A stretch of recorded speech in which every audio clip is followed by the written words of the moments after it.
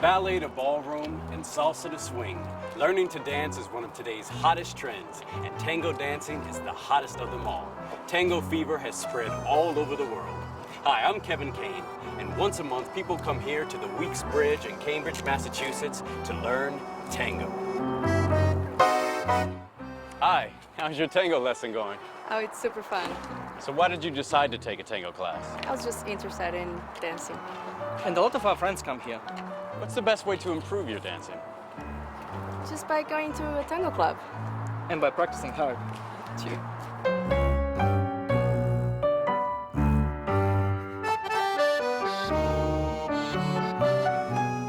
How did you learn to dance? By coming to class. And why did you decide to take tango lessons? Because I wanted to keep fit and have fun at the same time. Well, I took some lessons, and I come here to practice. So what's a good way to improve your dancing? By practicing with a guy, but you have to find a good partner.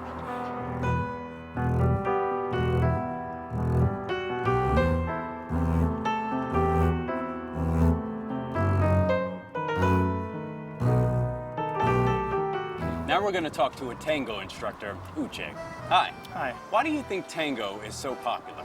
I think tango is popular because it's very exotic and it's also very challenging for people. And once people learn something that they find challenging and it's very exotic, I think they feel very rewarded. Step 6, back, collect, 7, and then instead of collecting, you actually switch your weight. What do you recommend for people who want to learn tango? I would recommend starting with group classes or private classes. And after you've learned the basics of tango, what's a good way to improve your moves? By going out dancing with the people that you've taken the lessons with, practicing at home, listening to the music, just feeling very comfortable with the music, and then going out dancing again.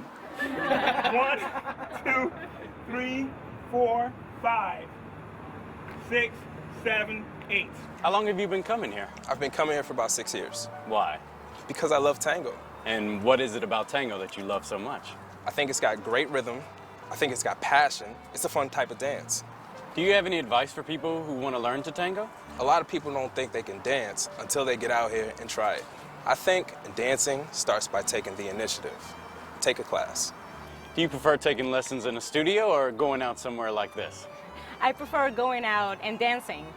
There's a different energy. It's more social. But there's nothing wrong with taking lessons. I recommend it. Why do you think tango is so popular? You can grow into it. You let your body move to the music and you create a dance with someone. And it's relaxing once you learn it. Do you have any advice for people who want to learn tango? It depends on how you learn. Some people learn best by taking classes. I learn best by watching and listening to the music and then getting brave and trying it a little. You know, learn by doing and practicing. Okay, I'm ready to take the plunge. How do I get started? It's not too difficult. Take this arm behind my back, this one up, now just start walking. That's perfect. Try a step to the side. Good, and a step back. Now side again.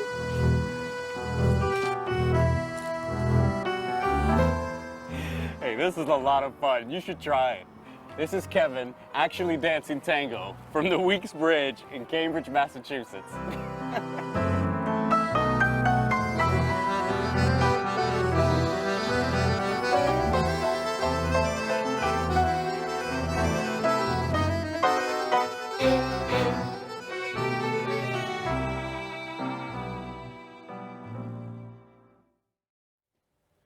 One of the most remote nations on Earth, threatened by rising water levels, has today experienced the damaging impact of what's known as a king tide. Tuvalu is a small group of islands 10,000 miles and 11 time zones away in the South Pacific. Islanders fear that the area could disappear within 50 years if action isn't taken over climate change. Well, our environment correspondent, David Schuckman, has travelled to the islands, and we can join David there now. Hugh, thank you. It's a stormy time here in the heat of the South Pacific, just the combination of high tides and strong winds that people dread, because Tuvalu is so low in the water it really does run the risk of becoming the first country to fall victim to the way our climate is now changing. Incredibly beautiful, but incredibly vulnerable. The fragile strips of green that make up this country only just break the surface of the ocean. But for how much longer? The mighty waves of the Pacific pound the shoreline during what's called a king tide, the highest tides of the year, and the effects can be devastating. This is the island's main road. I mean, we've never seen this in the past, water coming all the way up to this far. And our house is just up behind us. But the water also surges up from underground, through the coral the islands are built on. In the space of an hour, the lowest areas are all flooded. Everyone feels the impact. This priest steps carefully through the waters on his way to conduct a funeral.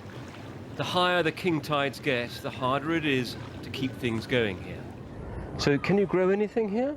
No. Because it's too salty? Yeah, too salty. Okay. The seawater is poisoning the soil and people are nervous. It makes me feel scary. So what will happen to us in 10 years' time? This isn't like other floods that I've covered with a single catastrophic event. Instead, it's a creeping process with this seawater flowing up into the heart of these islands and slowly, but effectively, killing them off. The water bubbles up in tiny streams, and everywhere you look, it just lies on the surface.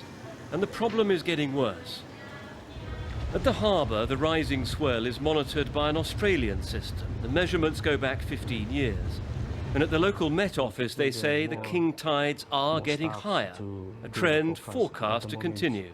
In prediction, the next 5 to 10 years, the king tide getting worse and getting higher than normal. Then most of the coastal areas would be washed out. The implications are alarming. A typical high tide reaches about 2.5 meters. A king tide like now can be more than 3. The UN climate panel forecasts a rise of another 0.5 metre, when the highest point is only about 4.5 metres. Now for Tuvalu, each scenario would cost precious land. Only a small rise would see parts of the island go under, perhaps even the runway, a lifeline to the outside world. How long have you got? Not more than 50 years. In fact, some of the islands have already disappeared. Please help us. You cause climate change. You know, the polluter pays principle must apply. You must set up a global fund to which these islands can come and tap into to build their resilience, to build their capacity, their education, technology, and all that, and restore what the damage has been done. People here say there must be a technological fix if a rich country like Dubai can build entirely new islands, especially since these are so narrow you can cross from one side to the other in a few short paces. The problem? They're founded on coral, which is porous. Saving these islands will cost a fortune. For the children of Tuvalu, the floods are fun. But for them to lead their lives on these islands will require massive international support. And with just 11,000 people here, will the outside world think it's worth it? Now, of course, Tuvalu does get some aid, but not nearly enough to keep the rising sea at bay. So the international community faces very soon a difficult choice of whether to draw a line between those who get saved and those who don't. And in the meantime, people here are getting ready for another king tide. Right now it's low. It's due to get very high in about 8 hours' time. Back to you in the studio. David, thank you very much. David Shukman there, our environment correspondent in Tuvalu.